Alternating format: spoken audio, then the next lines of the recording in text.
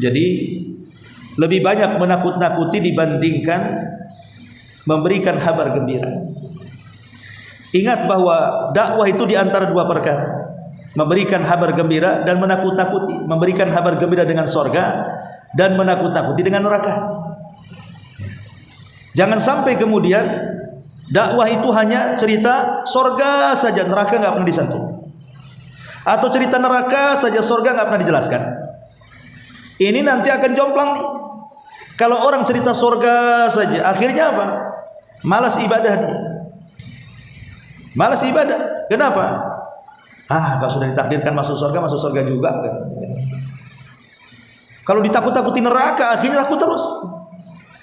Sehingga dia akan melupakan keluarganya, melupakan pekerjaannya di masjid aja, karena takut neraka masalahnya. Nah, akhirnya kan jomplang dakwahnya. Maka seimbanglah ketika menakut-nakuti dan ketika memberikan kabar gembira.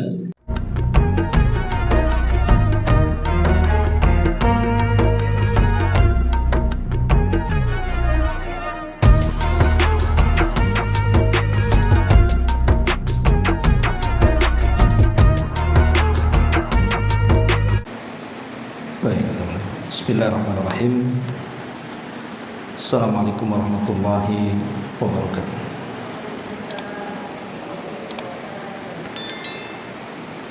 Alhamdulillah,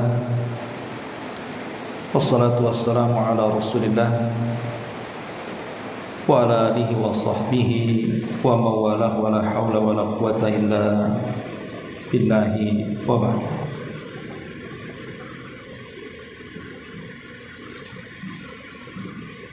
Baik, kita akan lanjutkan kajian kita, masih membahas kitab Umdatul Ahkam.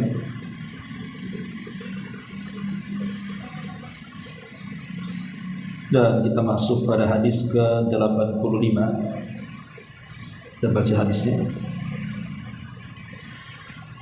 An Abi Mas'udin Al-Ansari Al-Badri qala jaa rajulun ila Rasulillah sallallahu alaihi wasallam faqala inni la ta'akhkharu an salati subhi min ajli fulanin mimma yutilu bina fina.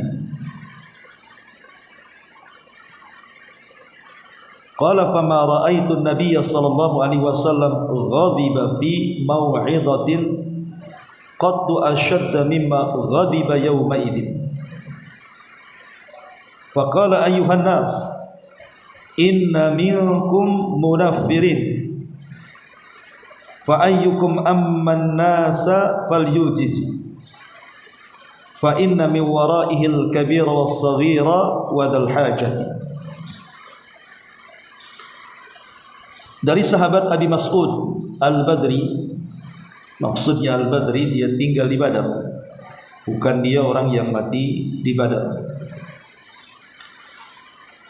Beliau berkata bahwa ada seseorang yang menemui Nabi SAW lalu mengadu, sesungguhnya aku benar-benar telah mengakhirkan salat subuh karena imam memanjangkan bacaan salat. Setelah mendengar Nabi SAW aduan itu, Abu Mas'ud mengatakan, sungguh aku belum pernah melihat Nabi marah tatkala memberikan nasihat yang lebih keras dibandingkan marah beliau ketika itu. Lantas Nabi SAW bersabda, wahai sekalian manusia, sesungguhnya di antara kalian ada orang-orang yang membuat orang lari dari dakwah. Barang siapa yang mengimami banyak orang, hendaklah dia mempersingkat salatnya, karena sungguh di belakangnya ada orang tua, anak kecil, dan orang-orang yang memiliki banyak kepentingan dan urusan. Hadis ini masih menjelaskan kepada kita tentang adab seorang imam. Sudah saya singgung pada muqaddimah dalam bab ini dulu, bahwa di antara tugas imam adalah berdakwah kepada masyarakat, terutama orang-orang yang datang ke masjid.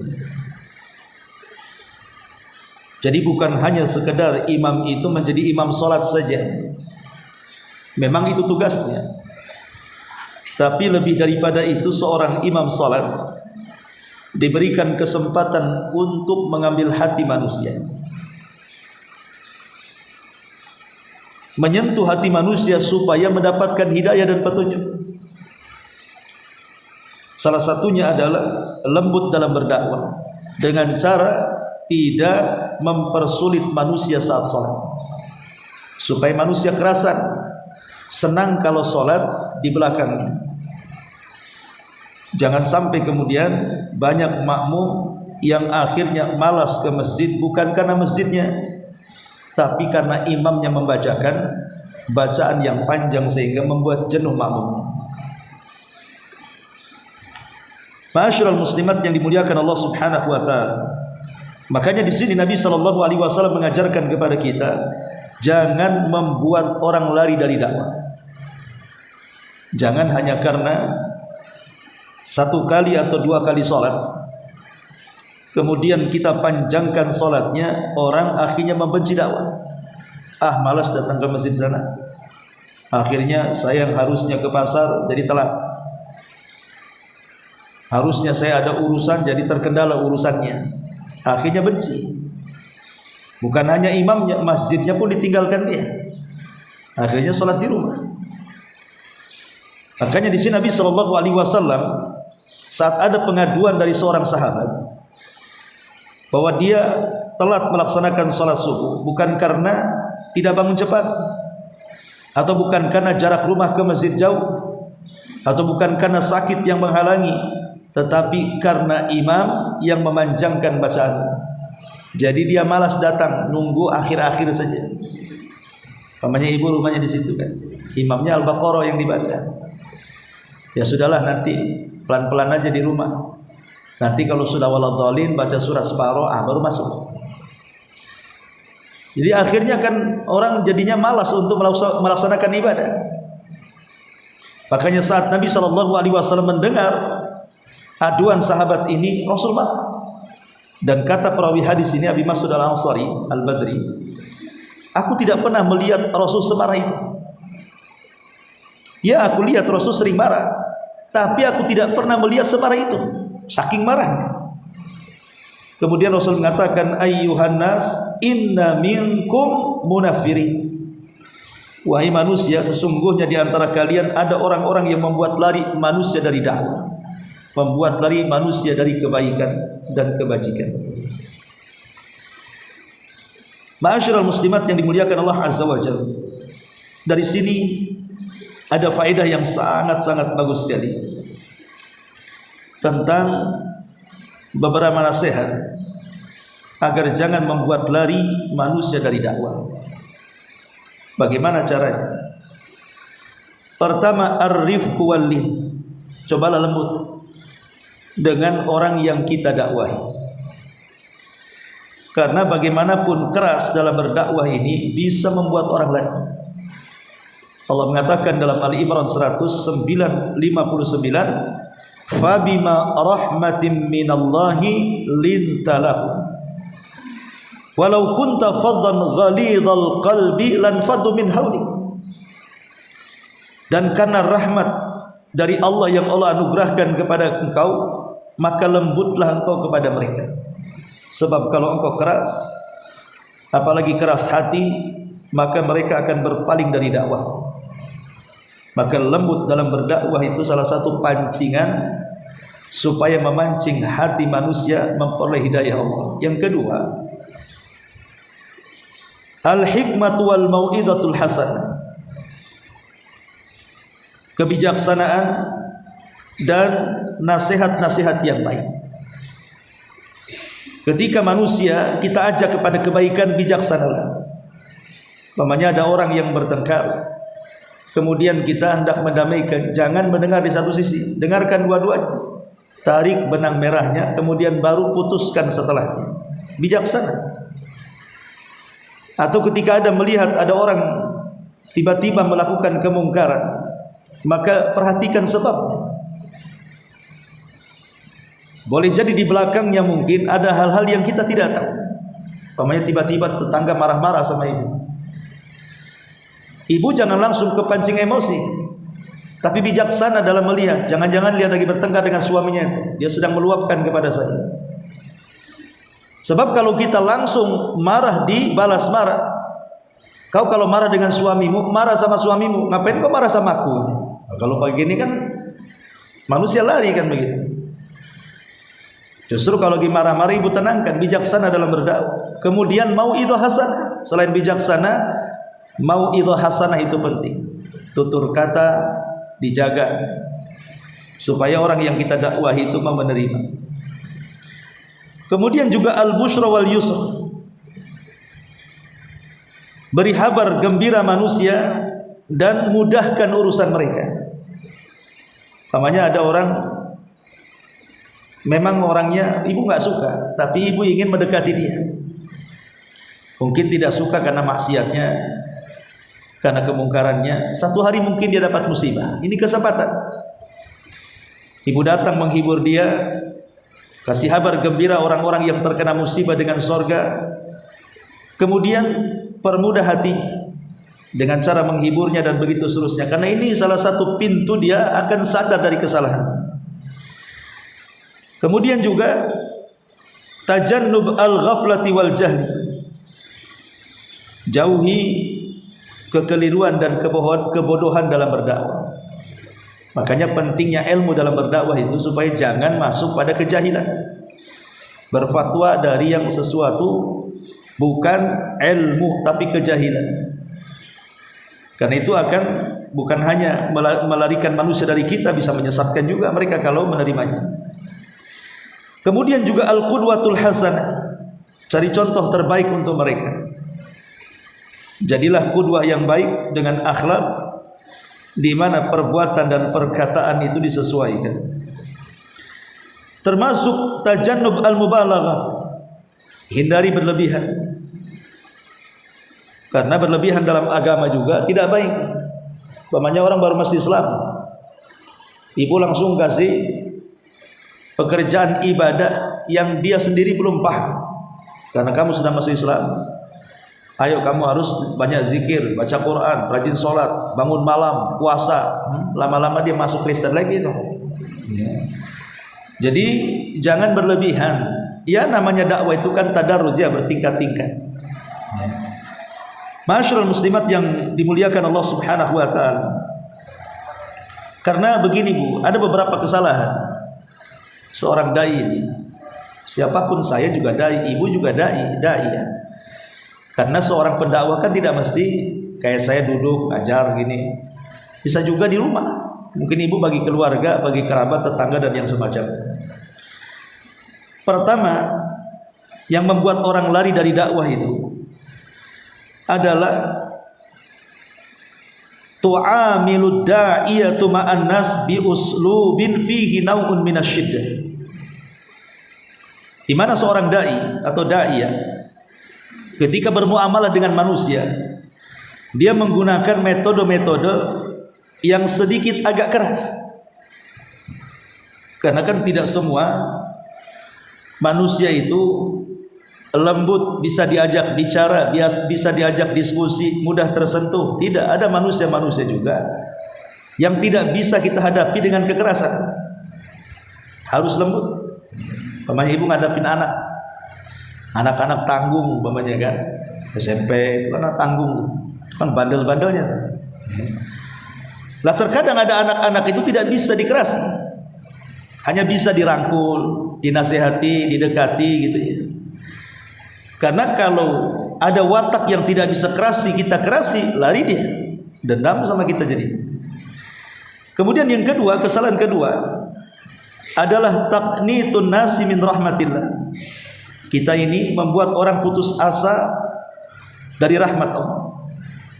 Karena dosanya besar, dosanya banyak, konsultasi kepada ibu, tiba-tiba mengatakan, aduh banyak kali dosamu, nampaknya susah tuh diterima tobatmu tuh. Lah ini kan ngalangi orang tobat namanya. Jadilah Bu seperti dokter yang bagus. Biasanya pasien walaupun besok akan mati dibilang gak apa-apa penyakitmu, besok mau mati padahal. Tapi kalau dokter yang lembut itu untuk menenangkan pasien pasti akan dihibur kan begitu. Gak apa-apa, penyakitmu bisa disembuhkan, padahal 3 hari lagi akan mati. Lah seorang pendakwah kurang lebih seperti itu. Jangan membuat orang putus asa dari rahmat Allah Subhanahu wa ta'ala. Karena ketika hadis yang ma'ruf, ketika ada Arabi, Arab Badui datang ke masjid, tiba-tiba kencing dalam masjid. Yang namanya orang kencing di masjid, Bu, kalau namanya begini, ada orang datang tahu-tahu kencing di sejadah sini, siapa yang gak marah? Semua orang marah. Kok kencing sejadah di kencing ini gimana ceritanya? Jangan-jangan dia orang gila kan gitu. Lah itu pula yang dipikirkan oleh para sahabat saat ada orang Badui masuk ke masjid, kencing di masjid. Semua marah. Bahkan mata mereka para sahabat melotot dan hampir menghardik si Arab Badui yang kencing dalam masjid ini. Kalau bukan karena Rasul menenangkan dan mengatakan da'uhu, tinggalkan dia, biar dia yang urus saya. Kemudian Nabi SAW mendekati Arab Badui dan menjelaskan, nah masjid ini bukan untuk, masjid ini tempat sholat, masjid ini tempat baca Quran, masjid ini tempat berzikir. Dan Rasul tidak menyebutkan objeknya. Rasul tidak mengatakan masjid ini bukan tempat kencing dah, supaya jangan tersinggung. Cuman Rasul menjelaskan fungsi-fungsi masjid aja. Akhirnya dia pun paham. Kemudian setelah paham, kata Nabi SAW, ambilkan 1 ember air, kemudian seblokkan di tempat kencing supaya bersih lagi. Jadi kencing yang masuk ke tanah, kemudian air bersih menimpa di atasnya. Kemudian saking lembutnya Nabi SAW, akhirnya Arab Badui pun mendoakan Rasul dan mengatakan, Allahumma arhamni wa Muhammadan wala tarham minhum ahada. Ya Allah, rahmati aku dan Muhammad saja, jangan rahmati itu yang melotot-melotot sama saya. Maksudnya para sahabat. Ya. Maka Rasul mengatakan, laqad hajarta wasi'a. Engkau sudah menyempitkan rahmat Allah wahai fulan. Ya. Dari sini kita tahu bahwa kelembutan Nabi SAW tidak membuat orang putus asa. Jangan sampai salah berdakwah itu membuat orang putus asa, sama dengan yang dijelaskan di sini ketika kasus Mu'adz bin Jabal radhiyallahu anhu mengimami,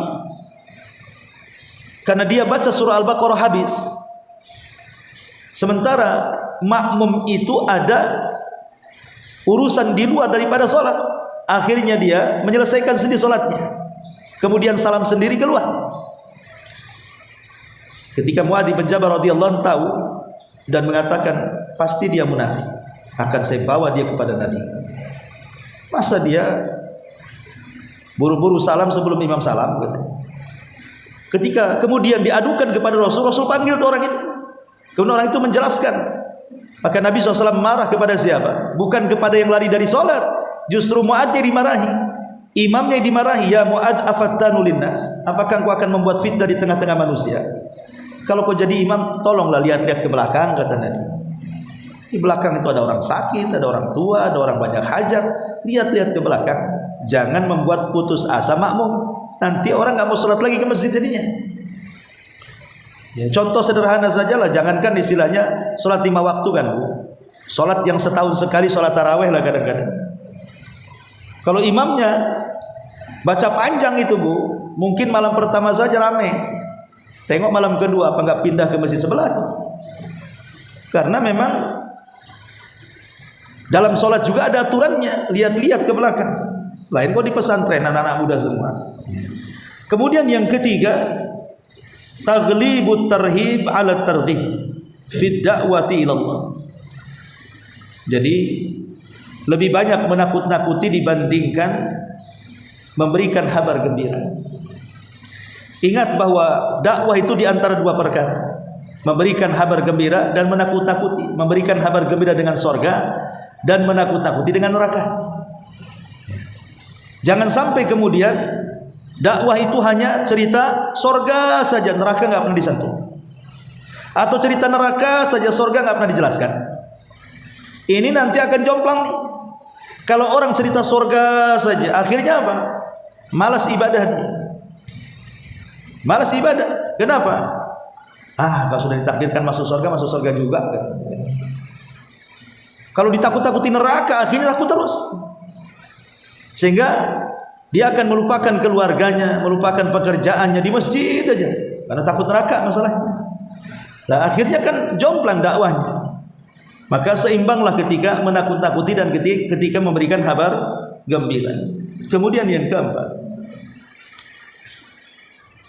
at-ta'limu at-tanfiru fit ta'lim, atau bagi seorang guru jangan membuat lari saat mengajar. Jangan seperti guru-guru zaman dulu, kadang-kadang kan penghapus melayang, kadang-kadangnya kapur tulis melayang. Kalau zaman dulu ada yang ngantuk dikit, marah gurunya, ambil penghapus lempar, jeduk kena kepalanya. Ya kalau zaman dulu sih orang tuanya sadar. Kalau anaknya dimarahi atau dihukum, legowo bahasanya kan orang dulu tuh. Bahkan kalau saya dihukum sama gurunya, dia minggat, dimasukkan lagi tuh ke sekolah tuh. Jangan coba-coba zaman sekarang. Kalau guru sampai menampar murid atau melempar penghapus dan kena kepala murid, siap-siap saja kena pasal tuh. Pasal sekian-sekian, 5 tahun denda sekian kan gitu ya. Karena memang orang tua dulu tuh masih menghargai pendidikan, masih menghargai guru. Tapi zaman sekarang ini tidak. Kadang-kadang guru sudah capek kerja ngajar, sudah mencerdaskan anaknya, hanya satu kesalahan yang dilakukan guru itu pun mungkin dasarnya menghukum, tapi mungkin hukumannya kelewat. Itu kebaikan guru bertahun-tahun ngajar dia hilang. Itulah betul kata Nabi SAW, la yafruqu mu'minun mu'minatan in kariha khuluqan radiya khuluqan akhar. Janganlah orang membenci seorang muslim karena sebuah akhlak yang buruk. Karena di balik akhlak yang buruk juga dia punya akhlak yang baik, tinggal ditimbang. Kalau masih banyak kebaikannya, ngapain dipermasalahkan keburukannya? Itu maksud. Jangan menghukum orang yang banyak berbuat baik hanya karena satu kesalahan. Itu tidak adil namanya. Seperti kasus gitu kan, ada murid yang merokok atau apa yang viralnya, kemudian ditampar sama gurunya, dikasuskan. Ini kan akalnya enggak ada. Itu jelas-jelas salah, dikasuskan. Macam mana pula gurunya yang salah? Makin dikasuskan. Ini jelas-jelas muridnya yang salah gitu ya. Ini bisa loh masuk pasal-pasal, dimasukkan ke pasal-pasal tertentu. Gimana pula kalau guru yang salah, mungkin habislah gurunya. Makanya walaupun demikian, tetap seorang guru jangan membuat lari muridnya. Dengan cara kadang-kadang seorang guru mencaci, memaki, memukul, dan begitu seterusnya. Kemudian juga di antara yang membuat lari manusia adalah tanfirul a'immati linnasi min salati bi italatiha. Contohnya melarikan imam makmum dari salat karena panjangnya, seperti yang disebutkan dalam hadis yang kita bahas ini. Panjang sekali, mentang-mentang baru lulusan pesantren masih ingat gitu ya, masih lancar hafalannya, akhirnya main hantam saja. Kasihan makmumnya, apalagi di masjid yang tidak terbiasa dengan bacaan panjang. Yang biasa imamnya sudah tua, 80 tahun gitu ya, kulhu dengan inna apa namanya, terus sepanjang tahun. Datang anak pesantren, digedernya Al-Baqarah sama Al-Imran, apa enggak tumbang semua di belakang tuh. Nah ini jangan sampai kemudian gara-gara memanjangkan salat akhirnya membuat lari makmum, dan ini bisa merusak dakwah. Termasuk juga al-qaswatu indal amri bil ma'ruf wan nahyi 'anil munkar. Terlalu keras ketika mengajak manusia kepada kebaikan atau mencegah manusia dari kemungkaran. Tapi buatlah dalam berdakwah itu tingkatan-tingkatan. Termasuk juga mukhalafatul ilmi lil amali, menyelisihi pengetahuan dengan amal. Nyuruh orang jangan mabok, dia pula mabok. Nyuruh orang jangan judi, dia pula main jackpot. Nyuruh orang jangan berzina, dia pula ke lokalisasi. Nyuruh orang kemudian jangan gibah, dia pula ratunya gibah. Jadi jangan sampai kemudian mad'u mengetahui bahwa sesungguhnya kita ini banyak melakukan kefasikan. Karena seorang dai kalau sudah cacat akan susah diterima. Seorang cacat akan saya pernah satu hari dakwah di kampung. Ya. Imamnya itu suka ngadu ayam. Itu aja susah ngilangin ngadu ayam itu imamnya. Jadi akhirnya banyak orang yang sholat ke musola. Jadi saya bilang, masjid dekat loh, ngapain sholat di musola? Masjid bagus. Enggak lah Pak katanya. Imamnya tukang ngadu ayam. Akhirnya kan gara-gara satu yang mereka lihat dari perbuatan fasiknya, orang jadinya malas kan. Nah ini jangan sampai kemudian pengetahuan menyelisihi amalan, karena itu salah satu hal yang bisa melarikan manusia dari dakwah kepada Allah Subhanahu wa taala. Ataupun al-akhdhu bil azimah wa tarku rukhasi. Selalu memerintahkan mad'unya kepada hal-hal yang saklek bahasa kita, tidak mau mengambil rukhsah. Hal-hal yang diperintahkan tidak mau mengambil rukhsah. Namanya ada orang sakit, dia tidak bisa menggunakan air. Kalau menggunakan air makin parah penyakitnya. Tanya sama Ustaz gimana ini? Oh nggak bisa, kamu harus pakai air. Tapi kata dokter, oh nggak bisa, tetap pakai air. Jangan begitu dakwah.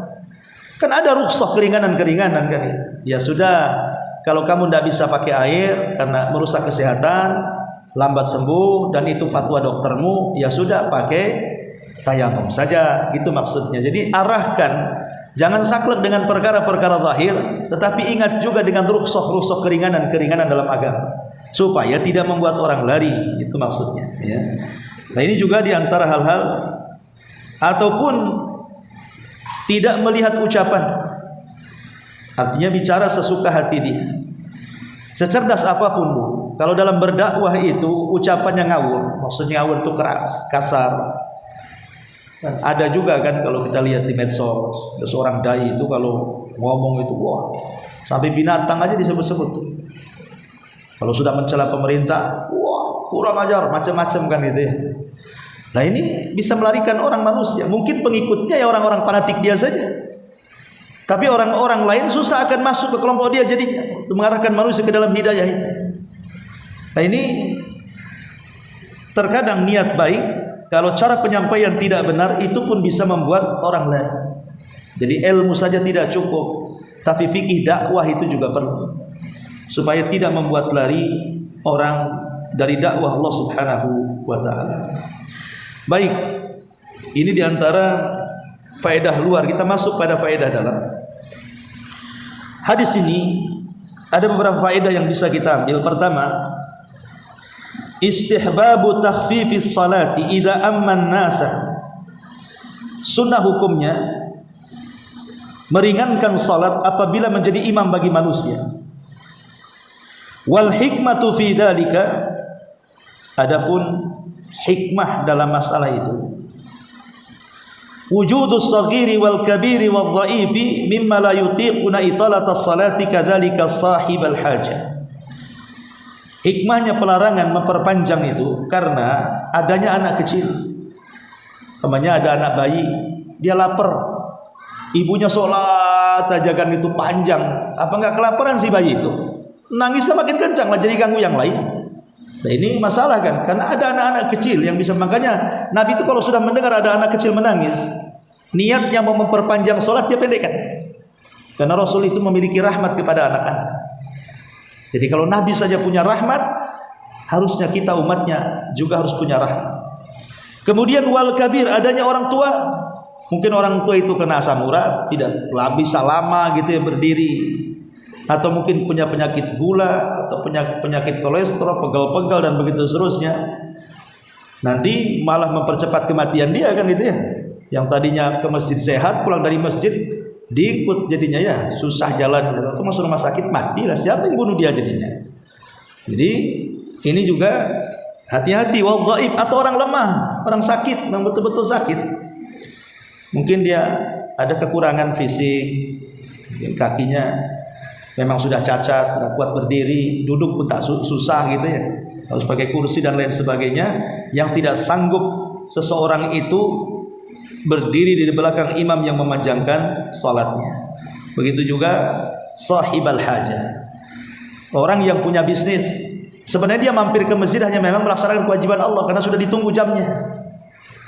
Tahu-tahu kemudian panjang, akhirnya selesai hilang pelanggannya, akan merugikan orang jadinya kan.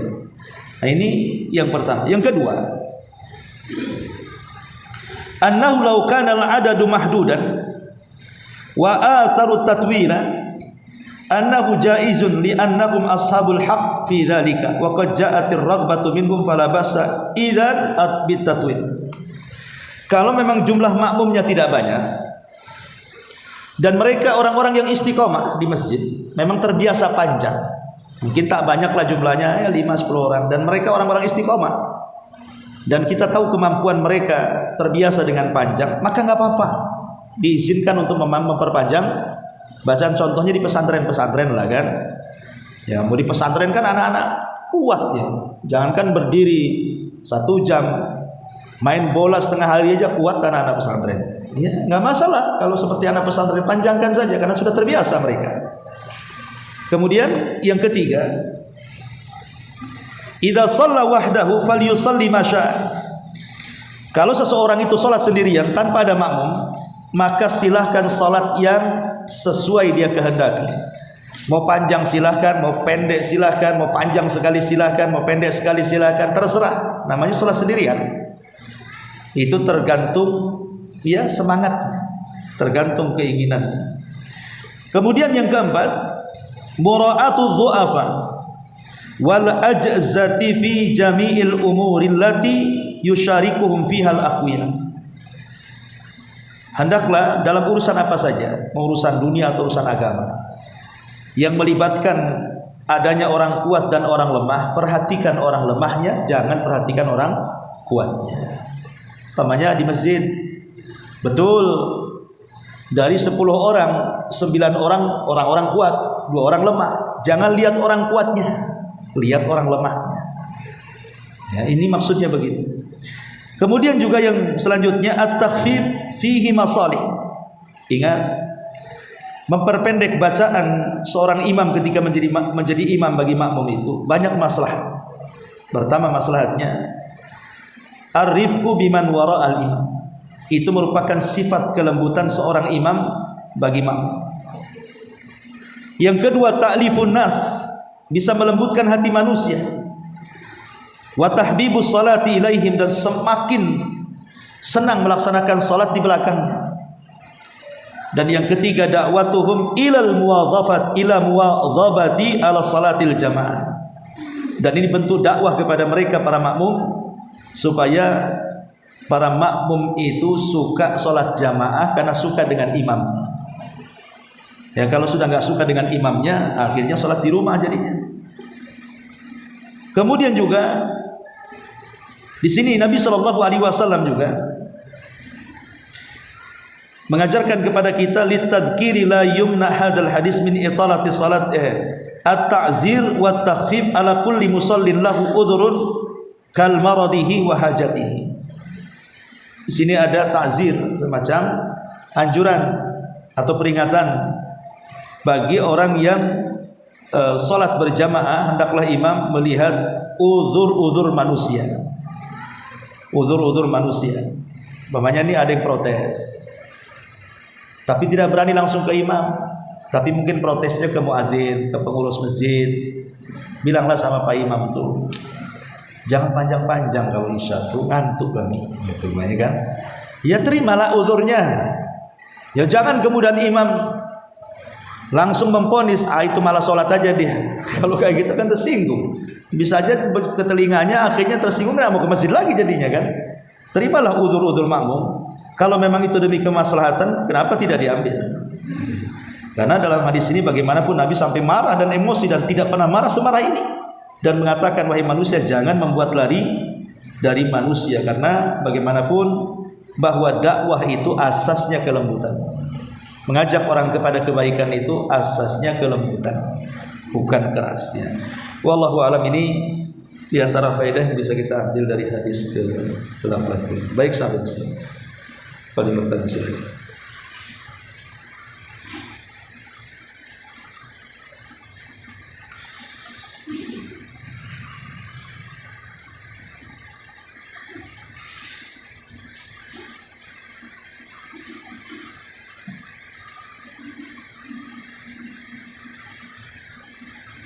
Enggak ada.